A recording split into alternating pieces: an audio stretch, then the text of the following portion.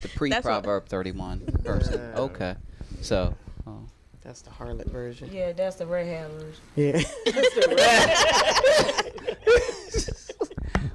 we can deliver them too. Yeah. Yeah. See? Everybody need a word. Yeah, Everybody need a word. Everybody. They can't hit your mic too far away from your mouth. Yeah. Okay. Everybody need a word. But we need right now to know about building credit and coming out of poverty, because you said that Trapp, not Queen Trapp. Go ahead, see. Because you a queen and you have wealth. So my question is, why is it that you don't think wealth is taught in our community enough?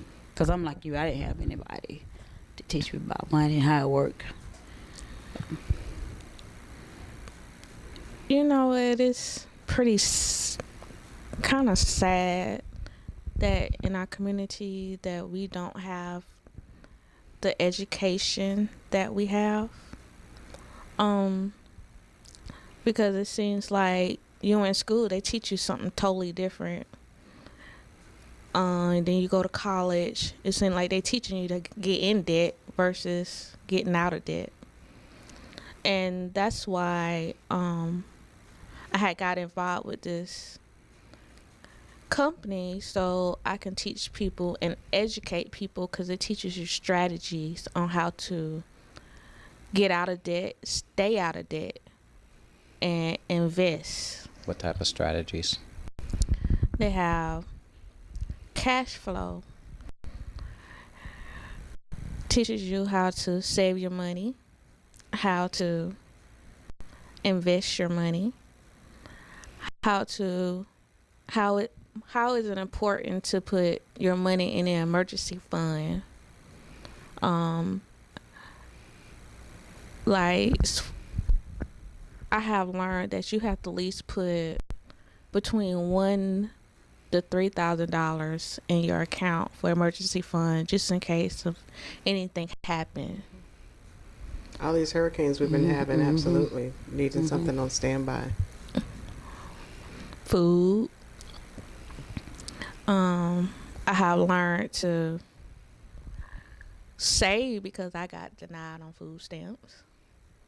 So everything comes out of pocket. Right. So, and money. I was denied too. I got $7. Really? So I need to educate y'all. No, when I graduated high school, I didn't have anything. And one of the things that I learned was, even being a student, that you could apply for food stamps.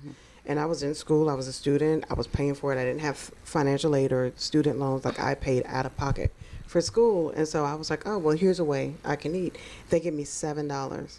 And then I was like, seriously? Like, y'all just want me to get some bread and milk, like nothing else. And then I think it went up to like $13.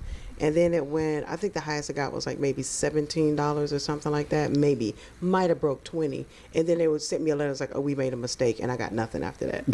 Wow. So I did not. I remember, like you, I had 4 kids at the time getting denied because I worked. Yeah. And even if you were in public assistance housing, low income, they based that. It was like, we'll give you this, but we taking this.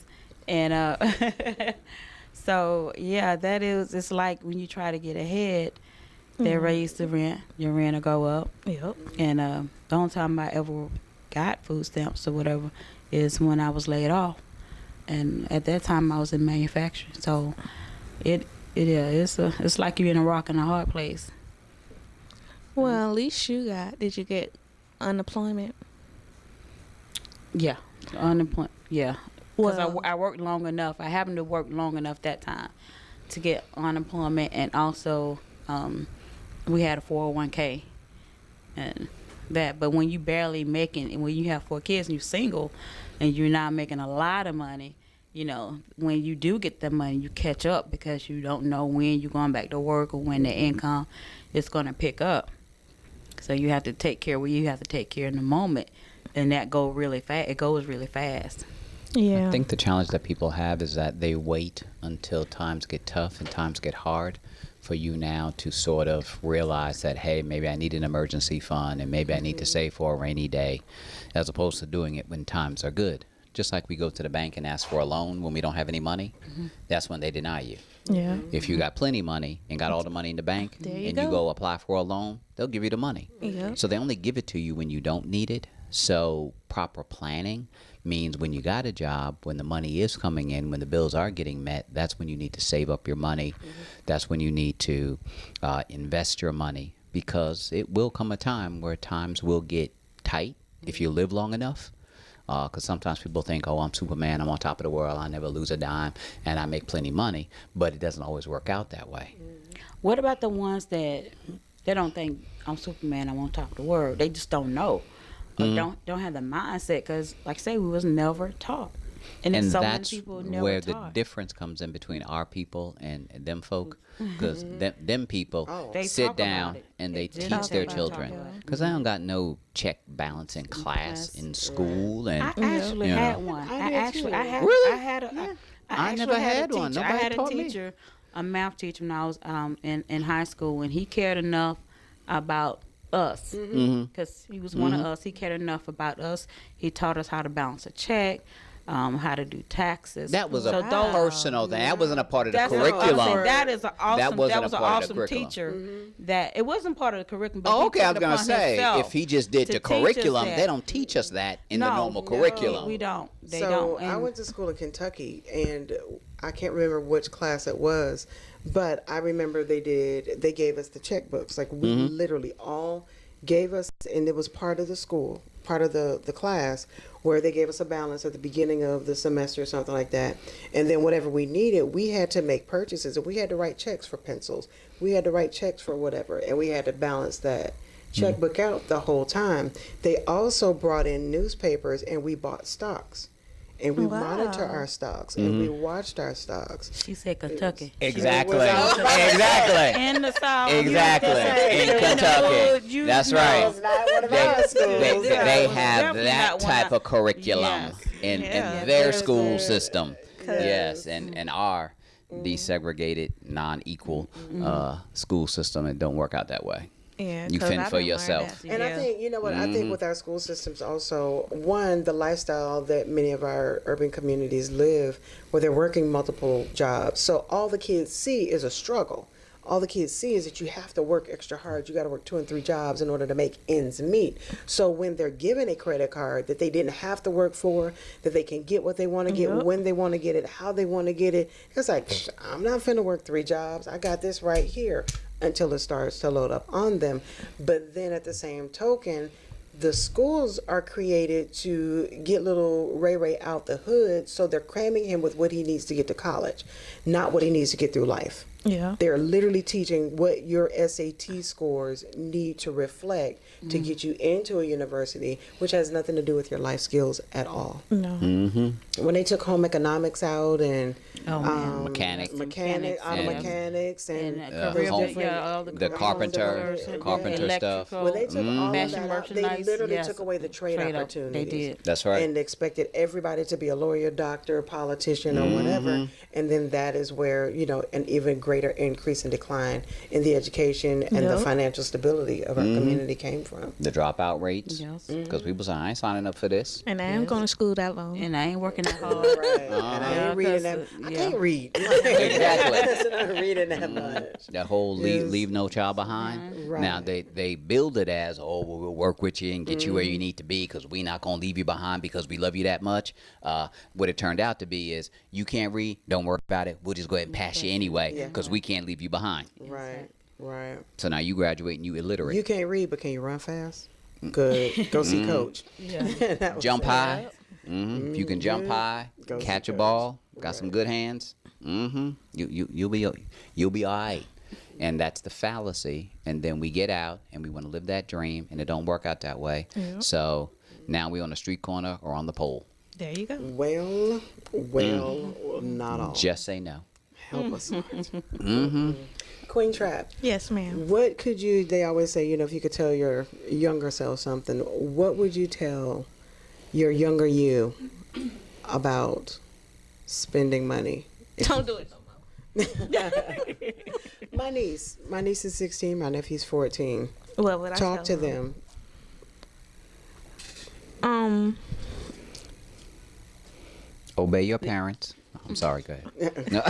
That they are obedient because my sister crazy. Well, when they 16, I would tell them to, even if you have $5, $10, put it in the bank, put it in the savings, and keep up with it. It's never too young to have an emergency fund, because by the time you turn 20, you can make almost $1 million just for a savings account. If you just don't touch it, $5, $10, $20. And then when they told me how much money I could make by the time I turned 30, if I just kept saving up without spending, I could, you know how rich I would have been? Right. I could have been so rich. Your credit score would have been the coulda, the dang. shoulda. Coulda, woulda. Yes, But you wouldn't be the educator that you are today, helping others. And Yeah. I think a lot of people, they come into the wealth and they walk away with it instead of going back to teach and educate because they're afraid people are going to ask for a handout. And it's not all about handout. I have been through the struggles, and I would like to be a leader and have, no matter how old are you, everybody need help. Everybody need help. And it's not all about the money. It's not all about how much you have accomplished. Regardless, I always prayed. I said, if I ever get back on my feet, I will always go back and help the others that need help. Because I've been there and nobody never helped me. It seems like they don't know the information. I'm like, well, how you got to this point? I don't know. But you got there. I'm like, Sugar daddy. The pole. Ray them. Mama them and daddy them hooking them up and giving them money, and you know, we make do when we make do, but when we know better we need to do better. yeah. And when we're talking about saving money, 10% of that money that we bring in needs to go towards our tithes, 5% needs to go towards offerings. Tithes. That's 15%. Another 15%, whatever you pay God, whatever you give away, you need to also pay yourself. So you need to pay yourself second. God comes first, yourself comes second. 15% is given away, 15% gets saved. You now live off of 70% of your net income, not your gross income, 70% of your net income, because Uncle Sam gonna get his off the top out your paycheck anyway. So you have 70% left over. Not more than a third of that needs to go towards your living. I'm talking principal, interest, taxes, insurance. If you're renting someplace, we're talking utilities. We're talking the rent that you pay, not more than a third. So that is 23%, 22% going towards your living expenses. Then everything else, basically budget out. Your next biggest expense is typically your car. And obviously you don't want to spend more than 5% on a vehicle. And then obviously the rest you can spend as you please. But live off of 70%. That's the key. 70% of your net revenue is what you need to live off of. When you do that, you're living not within your means, but you're living beneath your means, which is really what you need to do, because you're taking that 15% difference and you're saving it, so that when times get tough, when you get laid off, when baby needs a new pair of shoes, when you have those unexpected emergencies, guess what? You'll have some reserves, and you don't got to use your baby's credit Child in support, order to right. Get you another credit card Your to get the baby stuff that name. you need. And don't More depend than on the baby government name. assistance. Exactly, because I don't Right. think they do government cheese anymore, do they? They don't. They don't do government cheese. Okay. We No. talked about that earlier. Don't depend on government, because they will cut you off. I think another thing is that where credit gets messed up a lot within our community is we hide from our creditors, but if you communicate with them. I know that when I transitioned jobs, I still had the money to pay it, but I had to let them know anyway. It was like, hey, can we do something, because there's been a shift and a change, in my income. And I did it before anything happened, because, where I can give you $250, whatever. Now, can I just do 150? Because I don't know what's coming down the pike or what's happening. Yeah. And I remember one time we talked about Discover. I had such good standing with Discover in not only communication but in payments. Even when they were minimal, I still gave them something. And when I shared with them that my job had transitioned and I was moving and whatever, they was like, well, don't worry. And they made my credit card payment for me. They literally paid it for me, like I didn't have to pay anything. And when I looked, it showed that it had been paid, but by them. So you can have a good relationship with a creditor, with a debtor. They was your friend when you was getting stuff, so don't go ignoring them now. But other little tips that you can do when you're transitioning or when you're having a hardship, I'm always calling my cell phone company. What specials do you have going on? You know what? Just because I pay $110 a month now, I just saw a commercial that said you get 2 lines for $100. Well, I got 2 lines. I want my $10. Let's drop that down. Insurance companies. I actually just got 4 lines for $100 and free phones. With who? Cricket? T-Mobile. Really? Yep. I might have to go Yep. to a Yep. I know, right? T-Mobile. Yeah, but different things like that. Anything that you have, talking to them, they are not going to be like, "Hey, Ms. Gail with a Z, we just want to let you know we got this sale going on." They're trying to get the new customers, so the old customers are still paying those old prices and old rates and things like that. So And they don't want you to close their account. So. exactly, they want that longevity and everything else. So those We are, have not because we asked not. Because the only thing they can say is no. and that's it. But at Give me least my you ask. money. Right. But if you ask, you'd be surprised. Absolutely. Especially when you threaten to leave them. Yeah. And then they got these credit cards out there now where if you transfer balances, guess what? 0% interest for the next 18 months. Yes. So now you have that reprieve where you don't have to pay that interest and you end up saving money.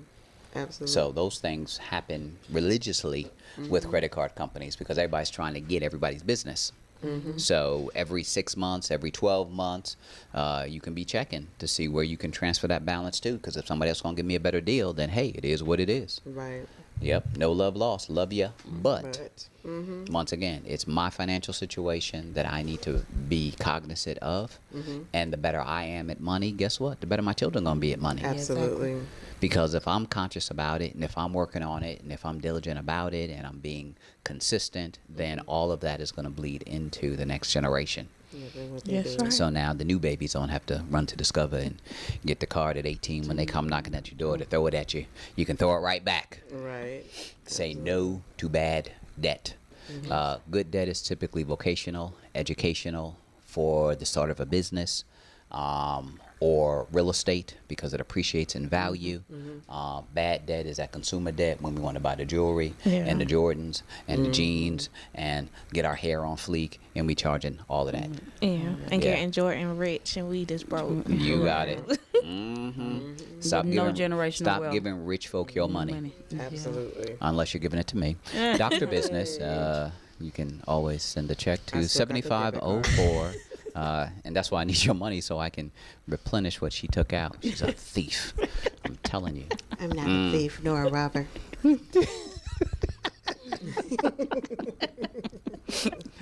Queen Trapp, how can they get in contact with you and find out more information about your so financial astute ways? Queen Trapp Wealth at 704-980-293-7760. Say that again. Queen Trapp Wealth 980-293-7760. Queen Trapp Wealth. Going from the guttermost to the uttermost. Hey. There you go. Having Not a- Trap Queen, Queen Trapp. Going from a 500 credit score and now you are a homeowner. Yes. How you 700. Like me now? That's what I'm talking about. You know a little bit of something. Queens. Lord. I'm thinking about guns. She had an outer body Guns, I experience. did. Guns Total Wellness, Guns Greatness Under No Stipulation. On Facebook, you can find us at Guns Total Wellness, all one word. Instagram, Twitter, I'm Googleable. And you can reach me at 980-239-7819 for all of your health and wellness needs. Miss Gail, MZGAIL. I couldn't spell my name earlier, but I could say it. Facebook, Inner Beauty Radio. Also on Twitter, Miss Gail, MZGAIL 2. And also 980-207-9903. Family, you heard it here on the Profit and Growth Hour, and I am Dr. Business. We'll see you next time. Broadcast. Gosh, got it once and once only. Short-term memory thing.